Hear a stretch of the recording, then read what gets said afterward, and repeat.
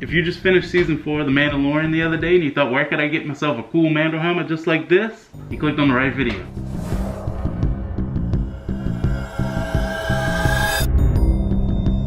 Hey, what's up guys? My name is Jonathan and today we're going to go over every step to get a great finish just like this. Now this is the second part of a previous video that I did. In that video I showed you how to take a raw 3D print and get it ready for paint. I'll put that video down in the description, but in the meantime, let's get started. The first thing I like to do before putting any paint on any helmet is I like to go over the entire surface with a tack cloth. The tack cloth isn't going to leave any sort of residue behind, and it's going to remove anything that was on the helmet prior.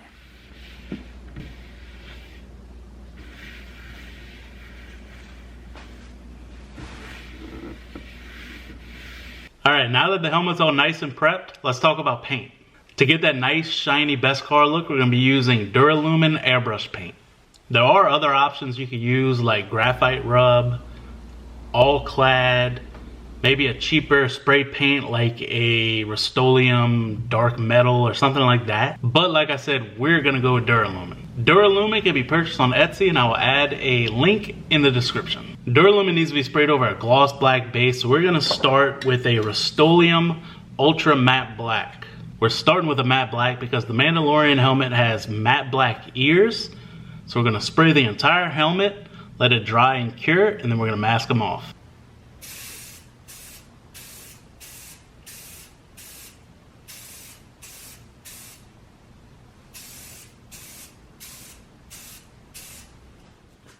For the first coat, I like to just mist the paint on very lightly.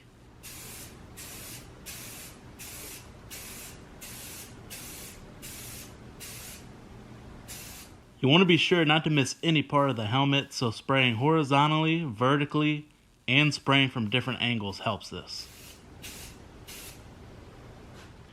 Once you give the paint a couple minutes to dry, I typically give it about 5 minutes, you could go back in and cover the entire helmet with heavier coats.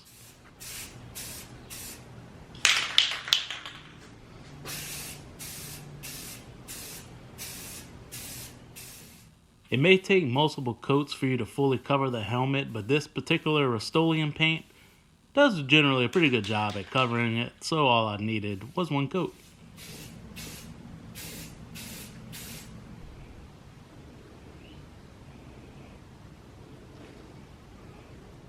So now that we've given the paint a day or a day and a half to dry, we need to move on to masking the 4 sections of the ears.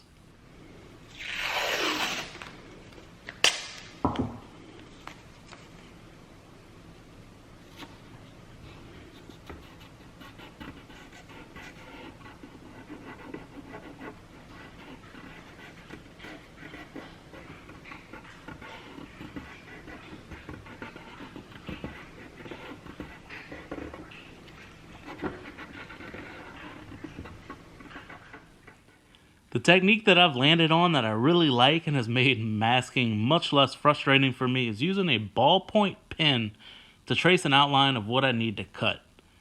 Not only does this leave a nice outline for me, but it also really pushes the tape into the edges of the grooves that I need it in.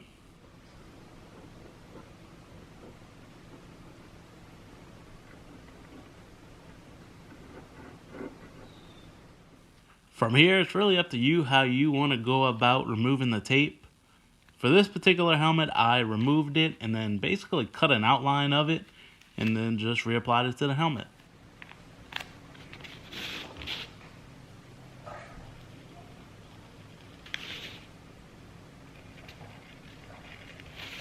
Alright, now it's time to give this helmet a mirror-like finish. Typically when I'm applying a gloss clear, something like this Rust-Oleum gloss would work. But if you want to take the next step, go ahead and get you a can of this Duplicolor 1K clear. This stuff is expensive, but it is so worth it. You can pick it up at automotive stores like Napa or O'Reilly's, something like that.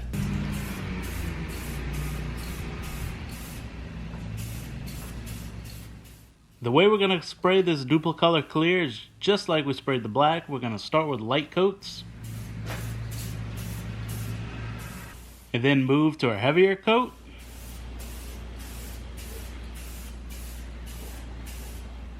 and a heavier coat. And as you can see, the more of this stuff that you spray, the more reflective your 3D print becomes.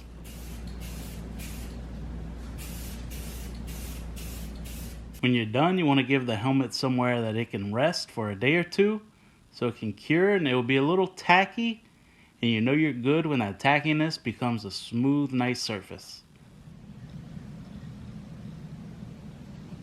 So it's time to give the helmet that famous Beskar look from Star Wars, but before we do that, I've been getting a lot of questions about the equipment that I used over on Facebook and Instagram, where I shared pictures of the completed helmet. Mindless plug, I'll go ahead and link my socials down in the description as well. But before we get to airbrushing, let's take a look at what I used. So the airbrush is just a $20 dual action airbrush off of Amazon. There's really nothing special about it, but for my first airbrushing time, it worked pretty well for me. Once I got the hang of it anyway. And the compressor is this little tiny compressor from Harbor Freight. It's a Central Pneumatic. If you go to harborfreight.com and just search airbrush compressor, this will come up, but actually now it comes with an airbrush, when at the time that I bought it, it did not, so that's a little plus. Like I said a few seconds ago, this was my first time airbrushing, and I definitely jumped straight in. I did a good deal of research beforehand to make sure I knew how to apply the paint. The Duralumen data sheet recommends about 30 psi for your air, and then you release about as little paint as you possibly can. And let's just say the only recommendation I followed was the psi.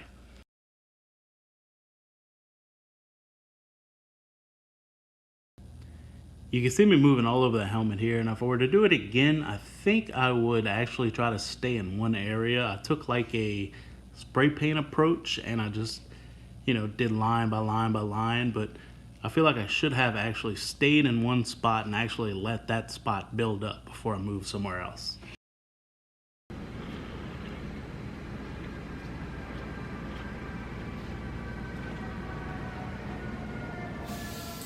So here's when I started really getting impatient, and I kind of went against what I had read to do, and I just started applying this stuff heavy, and to my surprise, it actually worked.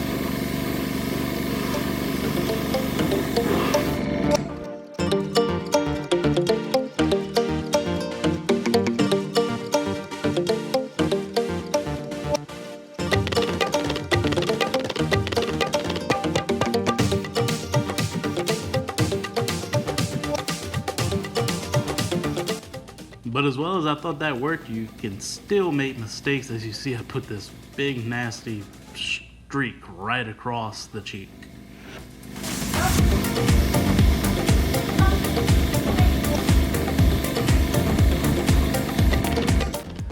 I was truthfully pretty aggravated at that point, but I tried to just keep on doing what I was supposed to be doing and stay in a, safe distance, 8-10 inches away from the helmet.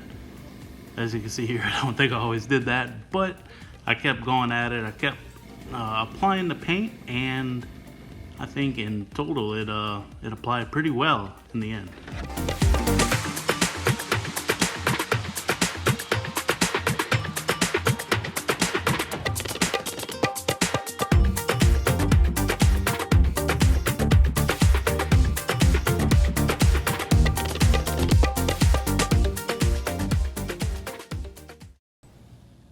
And here the helmet is after its airbrush job. But there's still one more thing to do, the visor. So how I do the visor is incredibly easy. I take a piece of my daughter's construction paper and I trace out a template. I then use a top loader and I cut out the shape of the visor using the template. I then use window tint to blacken the visor. And finally, I attached the visor to the helmet using tape.